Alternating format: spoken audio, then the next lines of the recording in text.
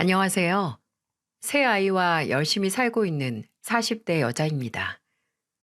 받은 상처는 모래에 기록하고 받은 은혜는 대리석에 새기라는 말이 있죠.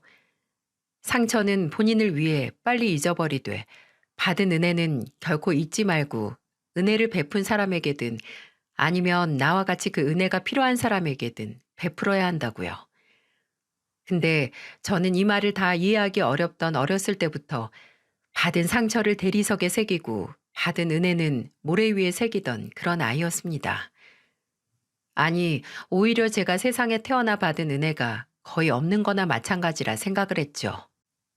제가 초등학교에 들어가기도 전에 제 부모라는 사람들은 이혼을 했습니다.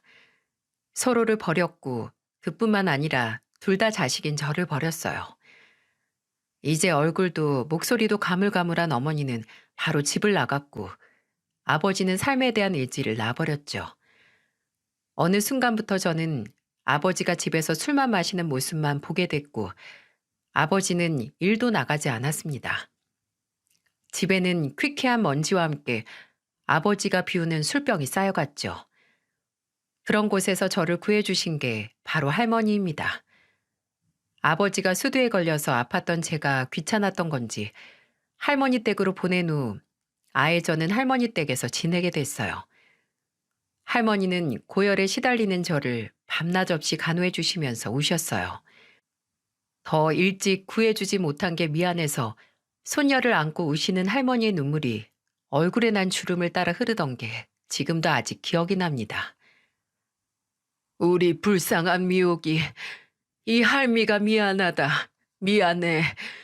그래도 지 자식은 잘 키울 거라고 생각했는데 할머니가 우리 미옥에 늦게 데려와서 참말로 미안하다. 말 그대로 저는 할머니께 구원을 받은 거나 마찬가지였어요. 한창 부모 곁이 가장 좋았을 나이에도 아버지가 저를 할머니에게 버리고 간 게 그렇게 좋았습니다. 할머니와 함께 살면 배가 고파서 찬밥을 남은 김치국물에 비벼서 먹지 않아도 됐고 매일 하루 삼시세끼 따뜻한 식사를 할 수 있었으니까요. 그리고 무엇보다 부모도 한번 따뜻하게 안아준 기억이 없는 저를 제 몸이 잠깐이라도 식을 새 없이 꼭 껴안아 주시던 게 바로 할머니였으니까요. 얼마나 할머니하고 사는 게 좋았냐면 매일 밤마다 할머니가 제 가슴을 토닥여주는 온기에 잠에 들면서 부디 아버지가 저를 다시 데리러 오지 않았으면 그냥 이대로 나를 버리고 나와 할머니가 없는 곳으로 사라져 버렸으면 했습니다. 그 당시 제 마음속에 있던 상처와 원망의 무게가 그 정도였어요. 근데 그런 소원이 무색하게 다시 아버지가 저와 할머니 앞에 나타났습니다. 저를 버리고 나서 1년이 조금 넘었을 때죠. 그냥 나타난 것뿐만 아니라 살던 집을 날렸다고 아예 할머니 집에 얹혀 살기 위해 온 거였네요. 근데 불행인지 다행인지 그 인간이 할머니 집에 얹혀 살긴 했어도 집에 들어오는 날은 적었습니다. 며칠은 막노동한다고 며칠 동안 공사판 컨테이너 박스에서 지내면서 집에 들어오지 않고 또 다른 며칠은 그렇게 번 돈 쓴다고 돌아다니느라 들어올지도 않았죠. 근데 차라리 그렇게 본인이 번 돈 늙은 어머니와 어린 자식 줄 생각도 없이 본인이 다 쓰는 게 나았어요. 돈 없다고 돈 달라고 집에 기어들어와서 할머니가 돈을 내어줄 때까지 괴롭히는 꼴을 보다 보면 초등학생인 나이에 저 인간이 내 아버지라는 게 끔찍할 정도였으니까요. 저는 초등학교 다닐 때 과학 시간을 제일 싫어했는데 그때 유전자에 대해 배웠었거든요. 애들이 배우는 내용이니 그냥 자식의 기질이나 외모가 부모를 닮는다는 간단한 내용이었죠. 학교에서 그 내용을 배웠을 때는 어린 나이에 좌절할 수밖에 없었어요. 내 부모라는 사람들은 나를 버렸는데 내 외모도 성격도 그 사람들에게 물려받았기 때문에 비슷한 인간이 될 수밖에 없다는 얘기로 들렸거든요. 그런 제 마음을 모르는 담임 선생님은 다음 과학 시간까지 부모님과 같이 나온 사진을 가져와서 본인과 부모님의 외모가 얼마나 닮았는지 비교를 해보는 시간을 갖겠다고 했고 저는 차라리 다음 과학 시간이 아예 안 돌아오길 바랬었죠. 제 집에서 침울하게 있으니 할머니께서 절 의아하게 생각하셨나 봅니다. 학교에서 무슨 일 있었냐, 친구랑 싸웠냐 묻는 할머니께 저는 수업 시간에 대한 이야기를 했고 사진을 가지고 가고 싶지 않다고 했어요. 그 말을 들은 할머니께서는 다음 날 일회용 카메라를 들고 오셨습니다. 그리고 제 머리를 빗겨주시고 할머니도 머리를 빗으시더니 그때 할머니 집 작은 마당 앞에서 같이 사진을 찍었어요. 그리고 말씀하셨죠. 미호가 이거 이 할머니가 사진 뽑아올 테니까 학교에 가져가. 그리고 너는 네 아빠나 엄마가 아니라 이 할머니 닮았다고 말해. 여기 요 눈이랑 피부 뽀얀 것도 할머니 닮은 거고 너 뼈 튼튼한 것도 이 할미 닮은 거라고 말해. 그리고 똑똑해서 바느질도 잘하고 말 야무지게 잘하는 것도 할머니 닮았다고 해. 미호가 너는 네 아빠나 엄마 하나도 안 닮았어. 너는 이 할머니 닮은 거야. 그러니까 네 아빠랑 엄마보다 훨씬 더 훌륭한 사람으로 클 거야. 알았지? 오래전부터 제게 가족은 할머니뿐이었어요. 할머니는 세상에서 저를 믿어주고 저를 사랑해주는 단 한 사람이었죠. 그런 할머니께서 제가 고등학교 3학년 때 돌아가셨을 때는 세상이 무너지는 것 같았습니다. 세월이 지나면서 제가 할머니보다 키가 커지고 힘이 세지면서 언젠가 이별이 찾아올 거라는 건 알고 있었어요. 할머니 얼굴에 주름이 늘고 먹는 약이 늘어나면서 할머니가 저를 떠날 거라는 마음의 준비도 했었습니다. 근데 막상 그 순간이 찾아오니 눈앞에 저승사자가 있다면 차라리 날 데려가 달라고 울고 빌 정도로 매달리게 되더라고요. 할머니, 제발 가지 마세요. 네? 할머니 가면 나 어떻게 살아요? 제발 저 버리지 마세요. 그냥 나랑 살아요. 제가 어떻게든 병원비 벌 테니까 10년, 아니 5년만이라도, 1년만이라도 더 저랑 살아요. 네? 할머니. 나중에 생각해보면 그런 제 모습이 임종을 앞둔 할머니에게도 죽어서도 사라지지 않은 마음의 짐이었을 겁니다. 그때 그걸 알았다면 그러지 않았을 거예요. 저는 성인이 되기 전에 상복에 상주 완장을 차고 할머니 빈소를 지켰습니다. 하나 있는 아들인 아버지가 오긴 했지만 그 인간이 온 이유는 장례식에 마련된 술뿐인 것 같았어요. 그 술을 실컷 퍼마시다가 나중에는 바리바리 싸들고 사라졌었죠. 할머니께서는 본인이 당장 죽음의 문턱 앞에 있었을 때도 손녀인 제 걱정뿐이었나 봅니다. 하나 남은 친척인 고모 할머니께 저를 부탁한다고 자리 잡을 때까지만 도와달라고 부탁을 하고 가셔서 저는 졸업할 때까지 고모 할머니의 도움을 받을 수 있었죠. 제가 악착같이 사회에서 자리를 잡으려고 발버둥 친 건 어떻게든 먼저 가서 저를 보고 있으실 할머니의 믿음을 지키기 위해서도 있었어요. 하지만 졸업 후 대기업 공장에서 생산직으로 하루에 10시간 추가 근무까지 하면서 살았던 건 무엇보다 제가 제 부모와 다르게 대단한 사람이라는 걸 증명하고 싶은 마음도 있었습니다. 대리석에 내가 받은 상처와 원망을 새기면서 나를 버린 걸 후회하게 할 만큼 잘 살아낼 거라고 다짐했죠. 하지만 돈벌레는 돈 냄새를 맡고 어디든 간다고 했나요? 제가 돈을 벌기 시작하니 평생 1년에 한두 번 얼굴도 보기 힘들었던 인간이 제게 찾아오더군요. 야 임마, 당연히 애비가 딸 어디 있는지 정도는 알지. 네가 내 피하고 살에서 태어났는데 그걸 모를까? 이년아, 네 아버지가 너 찾느라 고생을 이만저만 한 게 아니야. 이렇게 딸 면상 직접 보러 왔으니까 보답하는 의미로다가 용돈 좀 줘봐라. 나도 이제 딸년이 집 밥벌이 할 정도로 컸으니까 너 키운 보상은 받아야지. 처음에는 찾아오면 조금이라도 현금을 지어주고 몇 초라도 빨리 보냈습니다. 그냥 그 인간이 본인을 제 아버지라고 칭하는 꼴을 보고 싶지 않았거든요. 근데 그건 그때 찬란한 효과가 있었을 뿐 길게 본다면 제게 치명적이었던 실수였어요. 몇 번 돈을 받아보니 제가 그저 돈 나오는 구멍, 황금알 정도는 아니더라도 끊임없이 달걀을 낳는 거위로 보였나 봅니다. 정말 시시때때로 찾아와서 돈을 달라고 하더군요. 나중에는 참다 참다 말했어요. 염치가 있냐고. 고열 때문에 헛것까지 보던 나 귀찮다고 할머니 집에 맡긴 인간이 무슨 낯짝으로 아직까지 내 앞에 나타나 키워준 값 하라고 하냐고요. 내가 키워준 보답을 해야 하는 건 당신이 아니라 날 키워준 할머니라고 말입니다. 그 말을 들은 그 인간은 이런 궤변을 했습니다.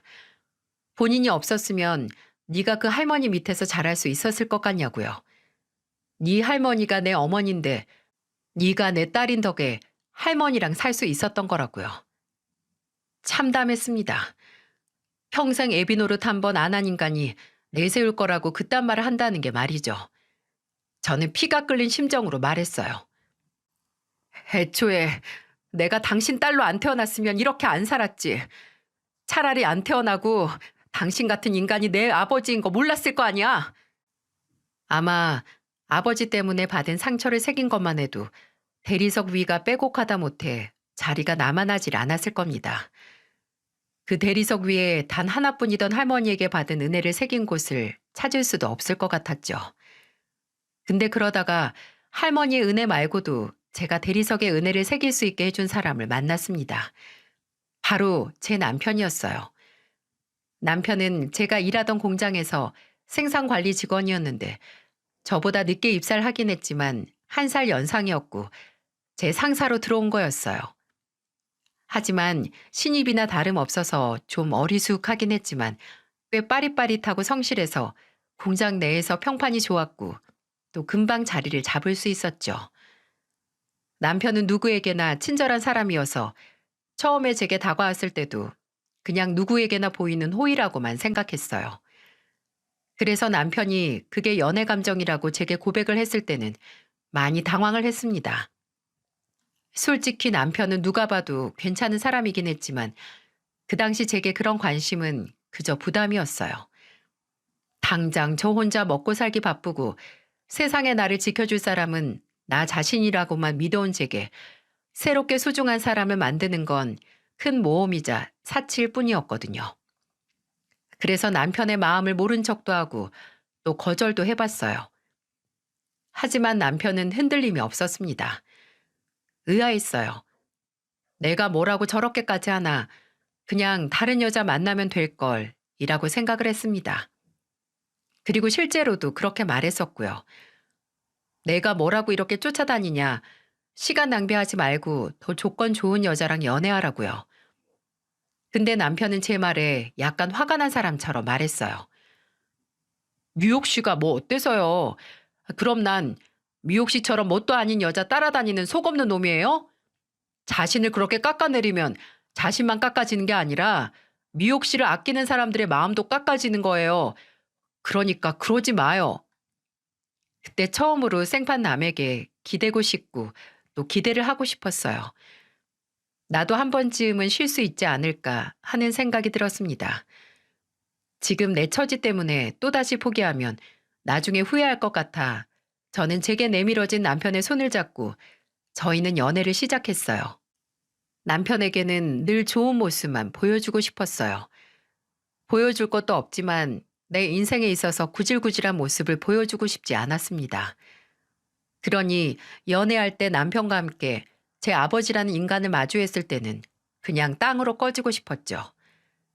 남편이 늦은 밤 제 원룸 앞까지 저를 데려다 줬는데 그때 집 앞 공터에서 아버지가 담배를 태우고 있었어요. 거기가 가로등도 얼마 없는 어두운 곳이라서 처음에는 알아보지 못했지만 쇠가 녹슨 목소리로 이야 내 딸 미옥이 하고 불렀을 때는 등골이 서늘하다 못해 몸이 굳는 것 같았습니다. 아버지는 너 언제 집 열쇠 바꿨냐? 내가 딸네 집에도 못 들어가고 이 쌀쌀한 날 밖에서 기다려야 하냐고 하면서 바닥에 침을 뱉어냈고 저는 도망치듯 남편에게 인사도 못하고 집으로 들어갔어요. 나중에 만난 남편에게 처음으로 제 가정사에 대해 말을 해줬죠. 저는 남편이 제게 실망을 하거나 못해도 그전과는 저를 다른 눈으로 바라볼 수도 있다고 생각을 했어요. 근데 그 후로 남편은 저를 매일같이 집에 데려다 주기 시작했습니다. 그리고 만약 또 찾아온 아버지를 만나게 된다면 아버지를 설득하려고 했어요. 계속 찾아와서 자식한테 돈 가져가지 말라고, 아직 한창 일할 때니 어디든 가서 돈을 벌라고 아버지에게 말했어요. 근데 그 인간이 생전 처음 보는 사람 말을 들을 리가 있나요? 네가 무슨 상관이냐, 남의 가정일에 간섭 말라고, 인연이 버는 돈 네가 가져가려고 지금 이러는 거 아니냐는 해괴한 말까지 짓거렸죠. 나중에는 남편도 그 인간의 아나무인에 질렸는지 설득을 그만두고 단호한 경고를 했습니다. 미옥이 알아서 잘 사니까 찾아올 생각하지 마세요. 낳아주면 부모야? 낳고 방치하고 제대로 된 관심도 사랑도 안 준 인간이 무슨 권리로 아직까지 찾아와서 딸한테 손을 벌려? 당신같이 빈대만도 못한 인간은 처음부터 자식을 못 갖게 해야 해. 미옥이가 잘 큰 걸 다행으로 여겨. 당신 같은 부모 평생 원망하고 피눈물 흘리면서 살아온 자식 손에 잘못되는 거? 현실에서 일어나는 일이야. 두 번 다시 찾아오지 마. 이제는 미옥이가 참아도 내가 안 참아. 남편은 돌아가신 할머니를 제외하고 제가 처음으로 의지를 하게 된 사람이었어요. 그런 남편과 만나 결혼을 했던 건 제 인생에 있어서 가장 잘한 일 중 하나이기도 하지만 그 결혼 과정에서 가장 후회하는 일을 저지르기도 했네요. 제 결혼을 아버지인 그 인간에게 알린 겁니다. 저는 초가을에 결혼을 한다고 말했고 아버지는 대뜸 그 건방진 놈이랑 하는 거냐고 물었어요. 참다 못한 남편이 본인에게 평생 자식을 못 가지게 했어야 했다는 말을 했으니 뒤끝이 남았나 봅니다. 솔직히 그렇게 제 결혼 소식을 전하면서 아버지가 와주길 바란 건 아니었어요. 그저 축하한다, 잘 살아라 이런 말을 듣고 싶었던 것 같아요. 근데 아버지는 제게 이렇게 말했죠. 그래서 뭐 가서 네 손잡고 행진이라도 같이 하자고? 그래, 딸형 결혼식에 못할 건 없지. 근데 내가 가서 입을 양복이 마땅히 없는데 어떻게 하냐? 요새 옷이 좀 비싸니? 그러니까 돈 좀 보내봐라. 그럼 내가 아주 번지르르한 양복 입고 가서 네 손 잡아줄 테니.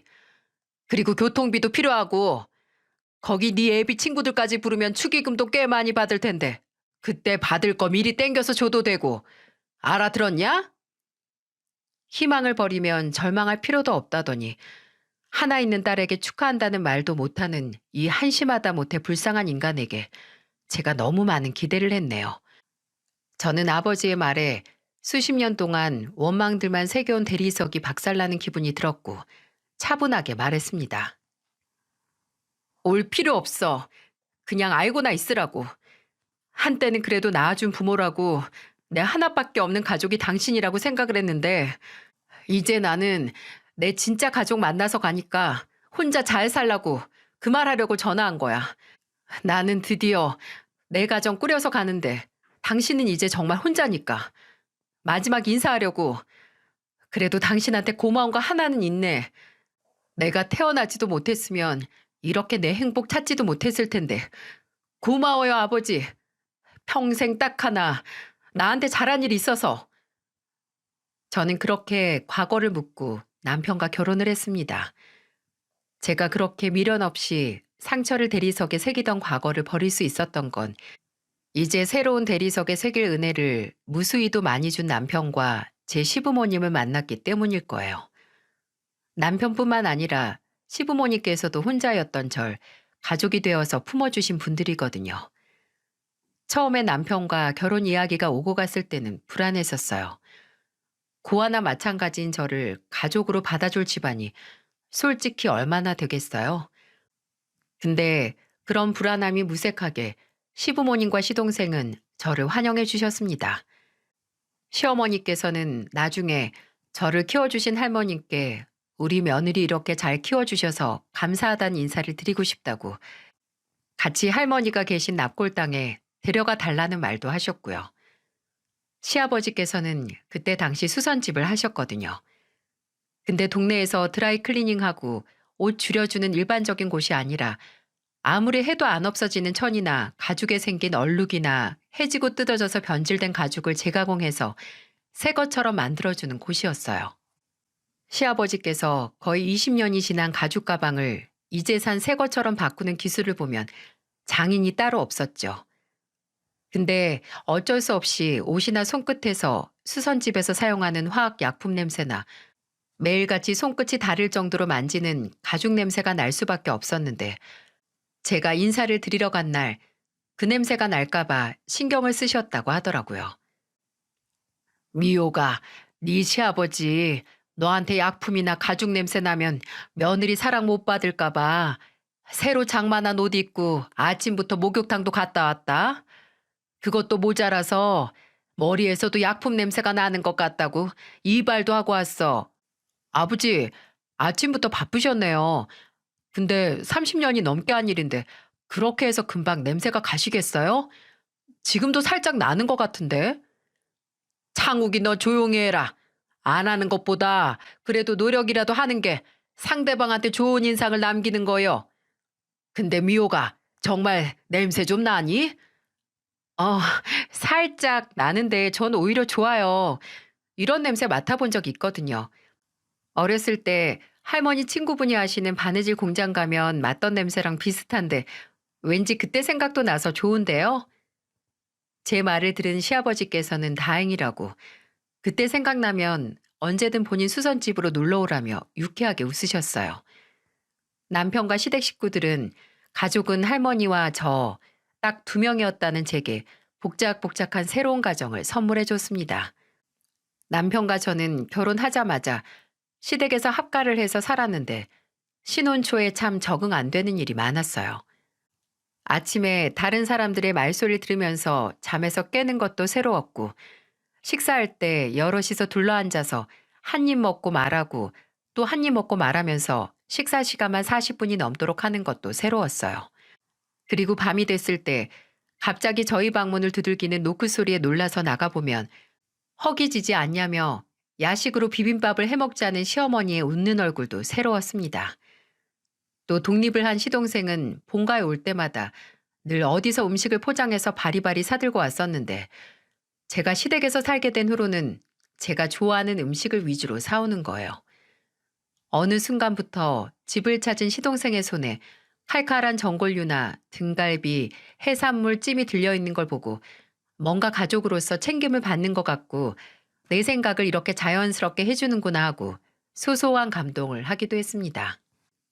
저는 살면서 노력하는 만큼 보답을 받고 열심히 살면 복을 받는다는 말을 믿지 않았던 사람에 가까웠어요. 쥐구멍에 볕이 들어도 그곳은 여전히 쥐구멍이고 인생은 어차피 출발선부터 불공평하다고 생각했으니까요. 근데 남편과 결혼한 후에는 이렇게 행복하기 위해 그 고생을 한 건가, 그렇게 외로웠던 건가 하는 생각을 했어요. 그리고 늦게 만나게 된 가족들 틈에서 행복하다라는 감정이 느껴지면 늘 할머니 생각이 났었죠.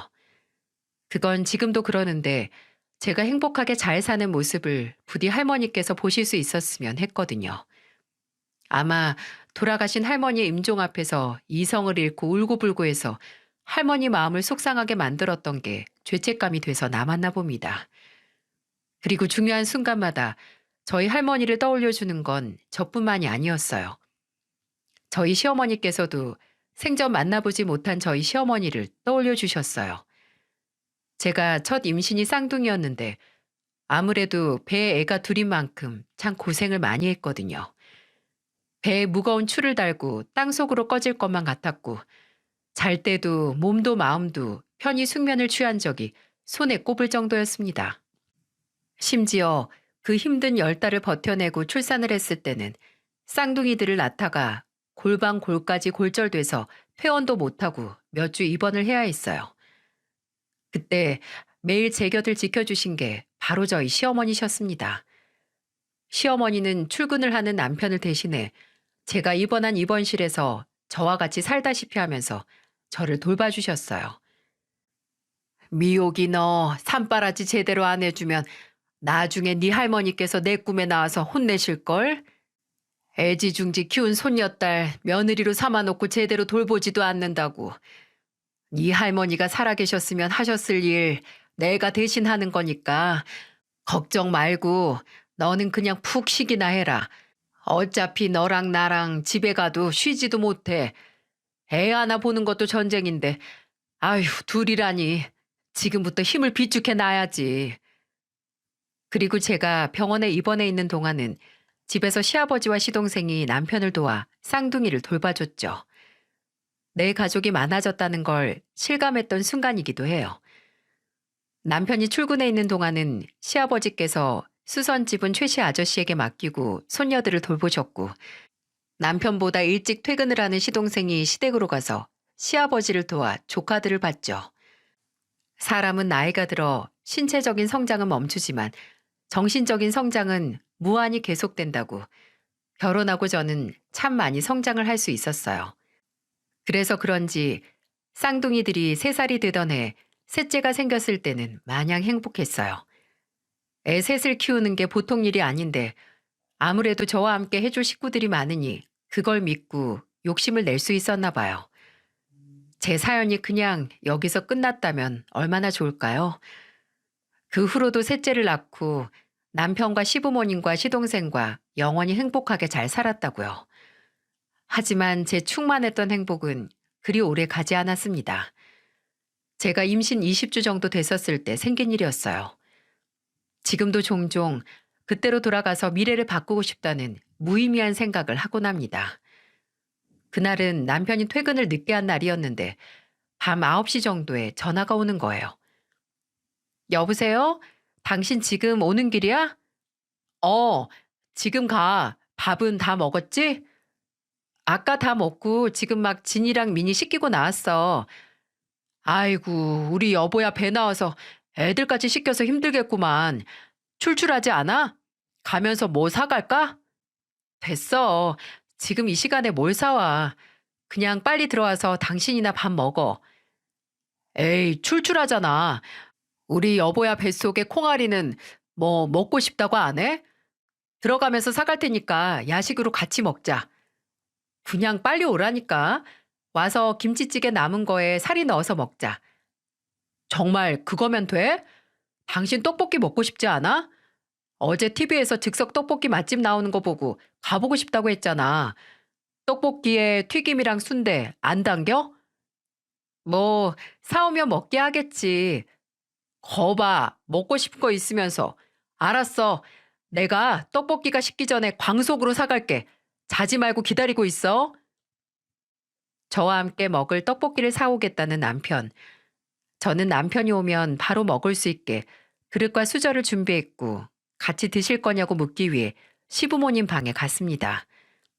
이른 시간인데 두 분이 TV를 킨 채로 벌써 주무시고 계시더라고요. 저는 조용히 TV를 끄고 나와서 남편을 기다렸습니다. 근데 30분이 지나도 남편이 안 오는 거예요. 분명 남편은 그 당시 저희가 자주 사 먹던 역 근처 포장마차에 들렀을 텐데 거기서 집까지 걸어도 15분이 안 되거든요. 이 시간에 우리처럼 야식 먹는 사람이 많은가 보다 생각을 했는데 1시간이 지나도 남편은 집으로 오지 않는 거예요. 뭐지 싶어서 전화를 해보니 전화도 받질 않는 거예요. 불안한 마음이 점점 커져가고 있었는데 그때 정막을 뚫고 제 휴대폰이 울리기 시작했습니다. 남편 휴대폰 번호였어요. 여보세요? 당신 왜 아직도 주창욱 씨 가족 되십니까? 휴대폰 너머 들려온 목소리는 남편이 아니라 생전 처음 들어보는 사람의 목소리였어요. 제가 놀라서 차마 맞다고 대답을 못했는데 그 목소리는 제게 이렇게 말했어요. 주창욱에게 사고가 났고 지금 병원으로 옮기고 있다고. 상태가 위중하니 가족분들이나 보호자분이 지금 빨리 오셔야 한다고 말이죠. 저는 전화를 끊지도 못하고 주저앉아서 시부모님을 불렀습니다. 어머님, 아버님! 하고 울리는 큰 소리에 방에서 주무시고 계시던 시부모님이 놀라서 뛰쳐나오셨어요. 저는 제가 받은 전화에 대해 설명을 했고 시아버지께서 운전하시는 차를 타고 남편에게 갔습니다. 시어머니는 쌍둥이와 함께 집에 남으셨고요. 병원에 도착을 했을 때 남편은 이미 수술실에 들어간 다음이었습니다. 중간에 수술실에 있던 의사 선생님이 나와서 저와 시아버지께 남편의 상태에 대해 설명을 하고 어떤 수술을 하고 있다고 설명을 했지만 그때는 제 귀에 들어오지도 않았어요. 그냥 어느 장기가 파열이 됐고 갈비가 골절이 됐는데 그게 뭘 뚫었고 알아먹지 못해도 남편이 생사를 오고 가고 있다는 건 확실했습니다. 저희는 그저 살려만 달라고, 제발 살려달라고 의사 선생님께 그리고 신께 빌었어요.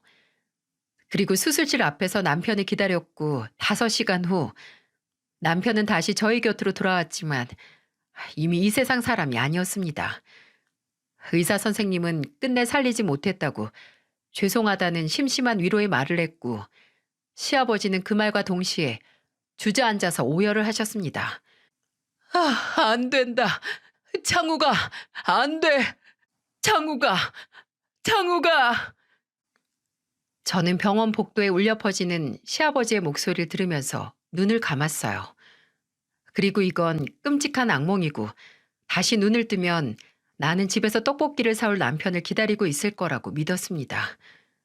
하지만 현실은 다시 눈을 떴을 때 병원 천장이 보이고 제 팔 한쪽에는 링거가 꽂혀 있더라고요. 주변에는 시어머니와 시아버지 그리고 시동생이 보였고요. 제가 깬 걸 본 시어머니는 제가 수술실 앞에서 쓰러졌다고 말씀하셨고 저는 시어머니께 물었어요. 어머니, 남편은요? 그 사람은 나왔어요? 수술 잘 됐대요? 막 정신을 차리고 제정신이 아니었던 저는 남편을 찾기 시작했고 시어머니는 그런 저를 껴안고 통곡을 하셨습니다. 아유, 불쌍한 우리 창욱이 너랑 애들 두고 어떻게 눈 감니? 라고 하시면서요. 남편을 친 차는 음주운전 차량으로 신호 위반을 하고 길을 건너던 제 남편을 친 뒤에 뺑소니까지 쳤다고 해요. 몇 시간도 안 가서 목격자의 신고로 잡히긴 했지만 그렇다고 제 남편이 살아 돌아오는 건 아니었습니다. 저는 제정신인 순간이 단 한 번도 없어서 남편 장례식을 지킬 수도 없었어요. 탈수까지 심하게 와 이러다가 뱃속의 애가 잘못될 수 있다는 의사의 말에 마음 놓고 울 수도 없었어요.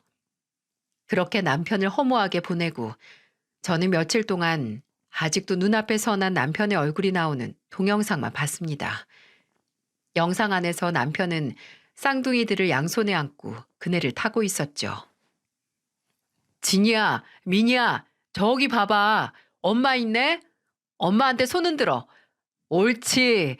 엄마 사랑해요. 해봐. 엄마 사랑해요. 며칠 내내 틀어박혀 울기만 하고 시부모님 얼굴을 보지도 못했어요. 내가 그때 끝까지 떡볶이를 안 먹겠다고 했으면 미래가 조금 바뀌지 않았을까?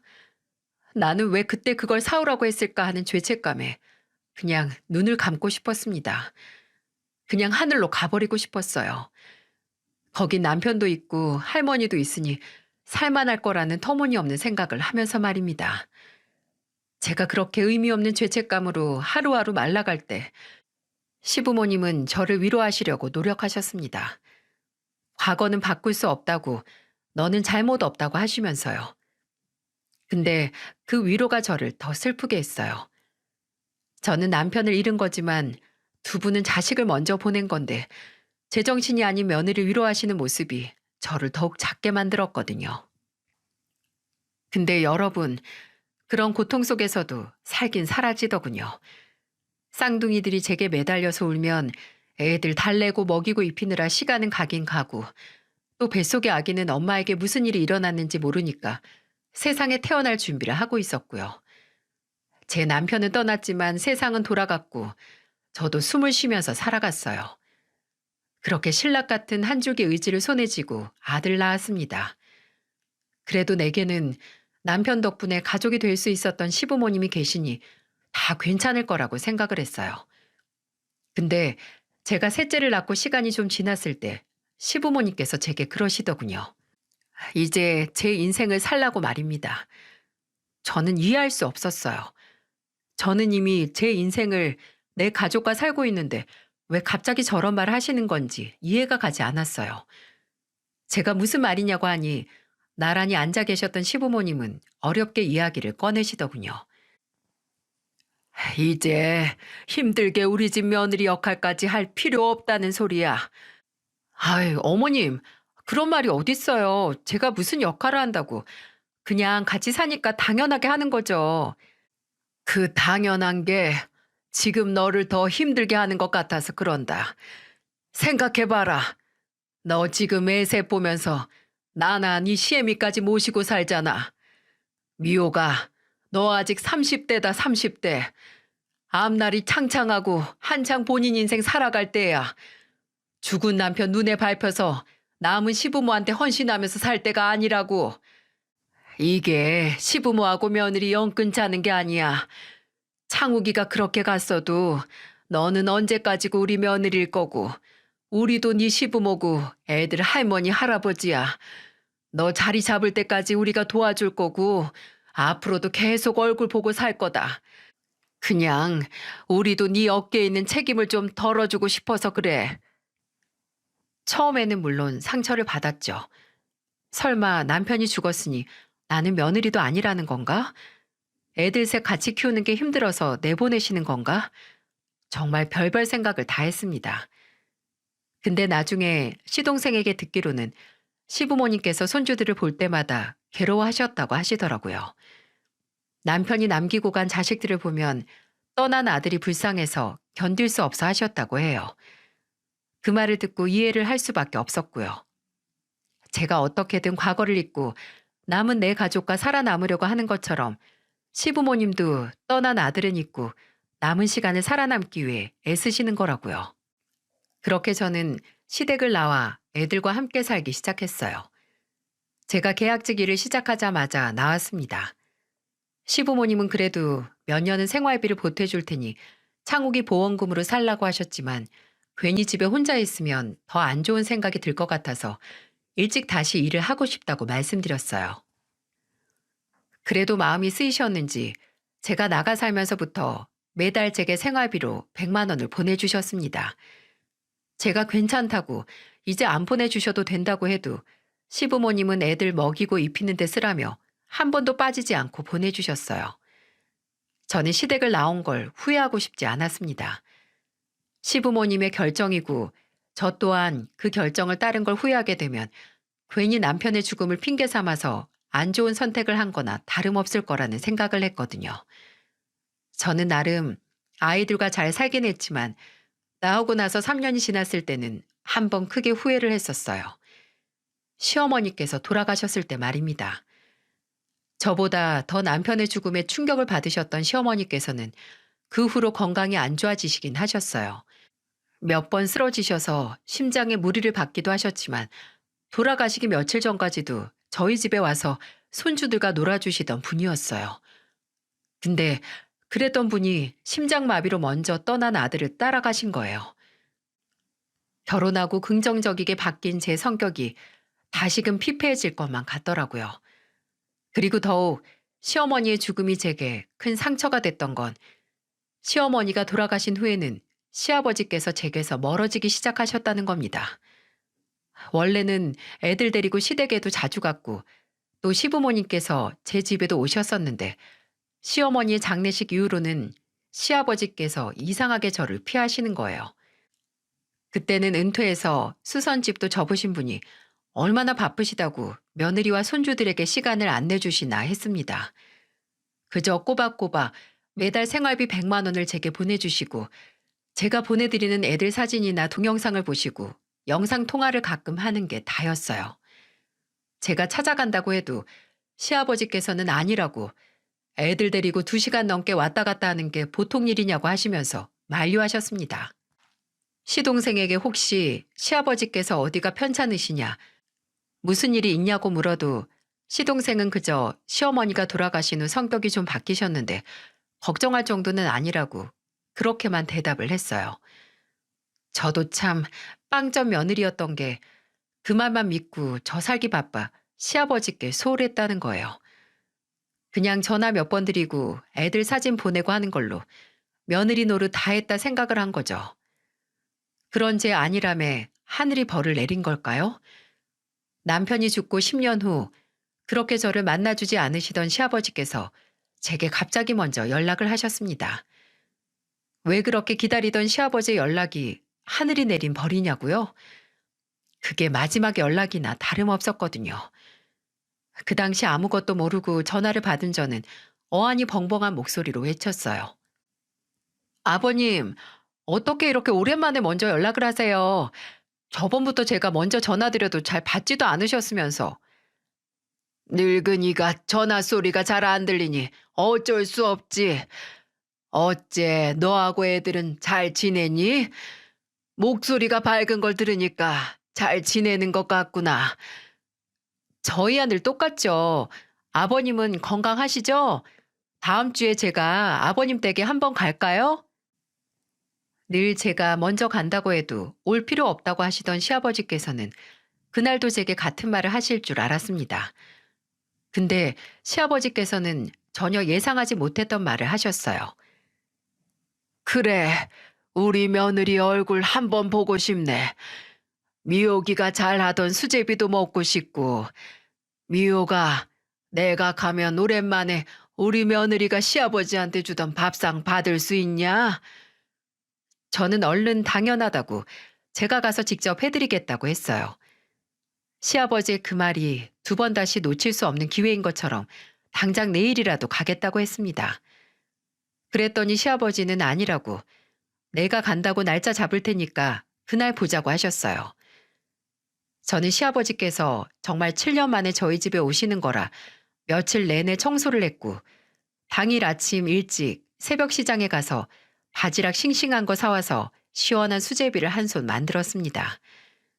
손으로 직접 반죽해서 뚝뚝 끊어지는 수제비도 모자랄 것 같아 혹시 밥을 드시고 싶어 하실 것도 같아서 밥이랑 반찬도 따로 만들었고요. 수제비랑 석박지 같이 드시는 걸 좋아하셔서 석박지도 미리 만들었어요. 그리고 아이들과 함께 시아버지를 기다렸고 드디어 약속한 시간에 초인종이 울리고 시아버지가 도착하셨을 때 저는 그대로 주저앉을 뻔했습니다. 시동생과 함께 왔는데 시동생이 부축을 해서 함께 제 집 현관을 지나 들어오는 사람은 저희 시아버지라고 하기엔 너무 많은 게 바뀌어 있었어요. 원래 제가 기억하는 시아버지께서는 키 170 중반의 70kg대로 건강한 체형이셨는데 그때 제 눈앞에 시아버지께서는 60kg가 될까 말까 할 정도로 말라 있었습니다. 그리고 시동생에게 부축을 받으며 들어서는 모습에서 저는 큰 불안감을 느낄 수 있었어요. 일단 먼 곳에 오신 만큼 상을 차려서 식사를 대접했는데 시아버지께서는 제가 만든 음식을 아주 조금씩 드시면서 말씀하셨어요. 아, 역시 이 맛이다. 내가 날이 추워지면 그렇게 미혹이 네 수제비 생각이 났다니까. 그럼 날 추워질 때마다 저 부르시지. 왜 이렇게 늦게 오셨어요? 당연히 제가 가서 해드렸을 텐데. 그랬더니 시아버지는 고개를 숙이고 웃으시면서 이제라도 먹었으면 됐다는 말씀을 하시더라고요. 차마 식사하는 내내 제 머릿속에 떠다니는 질문을 꺼낼 수가 없었어요. 그래서 긴 식사를 끝내고 나서 시아버지께 물었죠. 아버님, 요새 몸은 좀 어떠세요? 괜찮으신 거죠? 물어본 게 아니라 제 희망사항을 말한 거나 마찬가지였어요. 저는 시동생 눈치를 보고 시아버지 눈치를 보면서 조마조마했는데 시아버지께서는 살풋 미소를 한번 지으시고 대답하셨습니다. 늙으면 다 일이 되는 거지 뭐. 새삼스러울 게 있나. 그게 무슨 말씀이세요? 어디 편찮으세요? 미호가 너나 나나 같이 소중한 사람 떠나보낸 거 알면서 이런 말 하는 게 참 미안하구나. 나도 다 지나고 나서 알리고 싶었는데, 아휴, 참. 날짜 받아둔 사람 마음이 이리 약해지나. 너하고 애들 보고 싶어서 내가 욕심을 좀 부렸어. 천천히 말을 내뱉던 시아버지께서는 눈물을 흘리기 시작하셨고, 저도 덜컥 겁이 나서 눈에 눈물이 맺히기 시작했습니다. 그리고 그 눈물은 시아버지의 다음 말을 듣고 쏟아져 내렸어요. 내가 떠날 날이 얼마 안 남았어. 이제 한 달 좀 더 남았으려나. 그래서 가기 전에 너도 보고 애들도 보고 또 네가 한 음식 한번 먹고 가려고 왔다. 떠날 날이라니. 아버님, 그게 지금 무슨 오랜만에 오셔서 갑자기 무슨 말씀을 하시는 거예요? 원래는 나 떠나고 나서 진욱이한테 전해달라고 하려고 했는데 날짜가 다가오니까 그래도 얼굴을 봐야 할 것 같아서 말이야. 그 많은 일을 겪은 너한테 이런 말 전해서 내가 면목이 없구나. 미안하다. 아버님이 왜 미안하세요? 아버님이 뭘 잘못하셨다고. 아버님이 왜, 아니, 아버님 잘못하신 거 있어요. 왜 그 말을 이제 하세요? 이제 와서 얼굴 볼 시간 얼마 안 남았다고 하시면 제가 뭘 어떻게 해야 하는데요? 7년 만에 제게 찾아오신 시아버지께서는 췌장암 말기로 제게 알리지 않고 요양병원 생활을 하시다가 이제 시간이 얼마 안 남았다는 걸 아시고 인사를 하러 오신 거였습니다. 저는 그 연락이 앞으로 다시 시아버지와 자주 왕래할 수 있는 계기가 될 거라고 믿었는데 실상 그 연락은 영원한 작별을 위한 연락이나 다름이 없었어요. 우는 저를 보고 시아버지께서도 눈물을 흘리셨는데 초등학생 아들이 그런 시아버지를 보고 할아버지 울어요? 하고 묻는 거예요. 그랬더니 시아버지는 소매로 얼굴을 쓱쓱 닦으시더니 말하셨습니다. 이누야, 이건 할아버지가 기뻐서 우는 거야. 이렇게 이누 엄마랑 이누랑 민이랑 진이 오랜만에 봐서 이 할아비가 너무 행복해서 우는 거지. 그리고 할아버지가 미련도 안 남게 잘 사는 거 보여줘서 고마워서 우는 거고. 미호가 너 아무것도 할 것 없다. 그냥 네 시애비 잘 보내주기만 하면 돼. 그거면 된 거야. 넌 이미 나한테 해준 게 일이 많지 않니? 그러니까 괜찮아. 다 괜찮을 거야. 마음 같아서는 그 자리에서 아이처럼 울면서 시아버지께 매달리고 싶었습니다. 원망도 하고 싶었고 저 자신을 마구 치고 싶기도 했어요. 그런데 저는 이미 돌아가신 저희 할머니 앞에서 그런 실수를 했었어요. 그리고 후회를 했었기에 차마 시아버지께 같은 실수를 할 수 없었죠. 그래서 우는 거 말고 매달리는 거 말고 제가 할 수 있는 일을 했습니다. 시아버지께서 가시는 날 그 직전까지 저희가 행복하게 잘 하는 모습을, 열심히 사는 모습을 보여드리는 거예요. 시아버지께서 계시는 병원에 찾아갔고 쌍둥이가 상장 받은 것들을 챙겨가고 또 아들이 피아노 배우는 걸 영상으로 찍어서 보여드렸어요. 제가 회사 계약직에서 정규직으로 전환이 된 것도 말씀드리면서 아버님이 그때 저를 보내주시지 않았으면 없었을 일이었다고 했죠. 어떻게든 시아버지께서 눈 감기 전까지 이번 생이 정말 행복했고 또 이룬 일이 많았다는 걸 느끼셨으면 했습니다. 시아버지께서는 그렇게 한 달하고도 17일째 되던 날 주무시다가 남편과 시어머니께서 계시는 곳으로 가셨어요. 저는 또다시 제게 소중한 사람을 하늘의 별로 떠나보냈습니다. 시아버지의 장례식이 끝나고 시동생은 제게 시아버지 유언이 들어있는 편지 4개를 건네줬어요. 저와 손주들에게 각각 남기신 거였죠.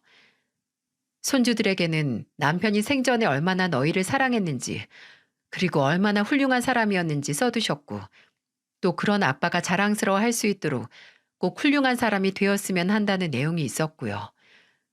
그리고 제게 남긴 편지에는 제가 처음 시댁에 인사를 드리러 간 날을 회상하시면서 서두를 시작하셨습니다. 미호가, 네가 처음 우리 집에 온 날을 기억한다. 나는 네가 나와 네 시애미에게 인사를 하는 순간부터 네가 우리 가족이 돼서 우리와 행복하게 살 거라는 걸 알았다. 야무지긴 했지만 종종 남의 눈치를 살피는 널 보면서 의아했지. 근데 그게 다 과거 남들보다 더 열심히 살아왔던 진한 흔적의 결과라는 걸 알았을 땐 네 시엠이 몰래 울기도 했단다. 그리고 그런 네게 나도 시엠이도 네 할머니께서 그러신 것처럼 든든한 방패이자 지원군이 되고 싶었어. 우리가 너한테 그런 존재가 됐었는지 잘 모르겠지만 부디 네가 우리와 사는 동안 조금이라도 안전하다고 생각하고 행복했었길 빈다. 편지에는 제 걱정과 제 행복을 바란다는 마음이 그득그득 담겨 있었습니다. 그 편지 한 통만으로도 저는 이미 시아버지의 마음을 다 알 수 있었어요. 근데 그뿐만이 아니라 시동생은 제게 시아버지께서 제 앞으로 2억이라는 유산까지 남기셨다는 거예요. 2억이요? 아니, 제가 그렇게 큰 돈을 어떻게 받아요? 그런 도련님은요? 도련님도 이제 곧 결혼해야 하는데 돈 필요하잖아요. 형수님, 저희 아버지께서 아들한테 아무것도 안 남기셨겠어요? 걱정 마세요. 아버지가 제목까지 다 남겨두셨으니까. 그러니까 아무 걱정 없이, 아무 부담 없이 가져가세요. 그건 아버지가 형수님한테 남기신 오로지 형수님하고 애들 몫이에요. 솔직히 저는 저보다도 시동생이 더 걱정이었거든요. 시동생은 30 후반까지 혼자 시아버지를 모시느라 결혼도 안 하고 있었는데 이제 시아버지께서도 돌아가셨으니 그 공허함을 어떻게 할까 걱정이 이만저만이 아니었어요. 저나 애들로 그 공허함이 메꿔지면 좋겠지만 그동안 거리를 두고 살았기에 시동생이 그걸 원하는지도 의문이었습니다. 근데 제 예상과는 다르게 시동생이 그러더군요. 앞으로 형수님과 조카들 인생의 한 부분으로 있고 싶다고요. 제가 이제 누가 있어요? 저 완전 거 하나 다름없는데 형수님하고 민이랑 진이랑 인우가 제 유일한 가족이나 마찬가지죠. 물론 형도 없고 부모님도 없어서 형수님하고는 남이라고 해도 할 말 없지만 그래도 저희 형이 목숨보다 소중히 생각했던 가족들 이젠 제 가족이라고도 하고 싶어요. 그러니까 제가 종종 찾아와도 내치지 말아주세요, 형수님. 저는 내가 왜 내치냐고 언제나 환영이니 오라고 했습니다. 애들도 삼촌을 좋아하고 저도 시동생에게 고마운 게 정말 많으니까요. 시동생은 아직 결혼을 안 하고 있지만 주말이면 종종 저희 집에 와서 저와 아이들과 함께 가족의 시간을 보내고 있어요. 얼른 시동생에게도 가정이 생겼으면 좋겠지만 지금은 이걸로도 만족하는 눈치라서 좋은 게 좋은 거라고 생각하고 있습니다. 저도 과거 가장 행복했던 순간을 함께 기억하고 나눌 수 있는 사람이 있어서 좋고요. 어쩌면 앞으로 많은 사람들에게 마음을 베풀고 살라는 뜻으로 제가 몇 년 되지 않은 그 짧은 시간 동안 인생에 있어서 가장 큰 행복을 누렸는지도 모릅니다. 남은 인생은 제가 할머니께, 남편에게, 그리고 시부모님께 받은 은혜를 다른 사람에게 나누고 살라고 말입니다. 언젠가 저도 저와 같이 사랑과 관심을 필요로 하는 사람을 만난다면 제가 가족들 같은 존재가 되어주고 싶어요. 지금은 그 관심을 제 아이들에게 쏟고 있지만 기회가 온다면, 아니 기회를 만들어서 제가 겪은 모든 기적 같은 일들은 다른 분들께도 나누고 싶습니다. 그리고 그 첫 발자국이 바로 사연튜브에 제 사연을 보낸 거라고 할 수 있겠네요. 여기서 많은 분들께 제 이야기를 전하고 다짐을 하면서 제 스스로에게 약속을 하고 있으니 말입니다. 이야기를 들어주신 여러분께 감사드립니다. 많은 분들이 대리석의 은혜를 새길 수 있도록 제 도움을 필요로 하는 사람들을 돕는 그런 인생을 살겠습니다. 모두 행복하시고 늘 건강하시길 기도할게요.